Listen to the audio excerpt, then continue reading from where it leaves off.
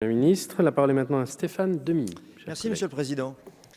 Madame la ministre, selon une étude du ministère du Travail, près de 44% des salariés, c'est-à-dire un peu plus de 10 millions de personnes, travaillent au moins une fois par mois en horaire dit atypique.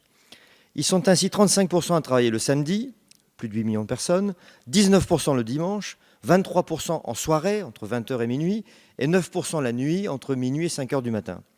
Dans ces conditions, et lorsque les deux parents ont les mêmes contraintes professionnelles, il leur est bien sûr impossible de conduire et d'aller chercher eux-mêmes leurs enfants à l'école ou de les garder avec eux lorsque l'école est fermée. Ils doivent donc recourir à des assistantes maternelles ou à des centres de loisirs, par exemple. Des modes de garde qui engendrent une dépense pouvant dépasser les 400 € par mois selon les situations de chacun. Si de nombreux dispositifs d'aide à la garde d'enfants existent d'ores et déjà dans notre pays, ils disparaissent quasiment tous lorsque l'enfant passe l'âge de 6 ans. Et là est le problème. Je pense par exemple au complément de libre choix du mode de garde versé par les CAF ou au crédit d'impôt de 50% des frais engagés. Dans ce contexte, Madame la Ministre, pourquoi ne pas étendre la durée de ces aides et les accorder par exemple jusqu'aux 8 ans ou 10 ans de l'enfant, en fonction bien sûr d'une étude d'utilité plus précise qui pourrait être menée?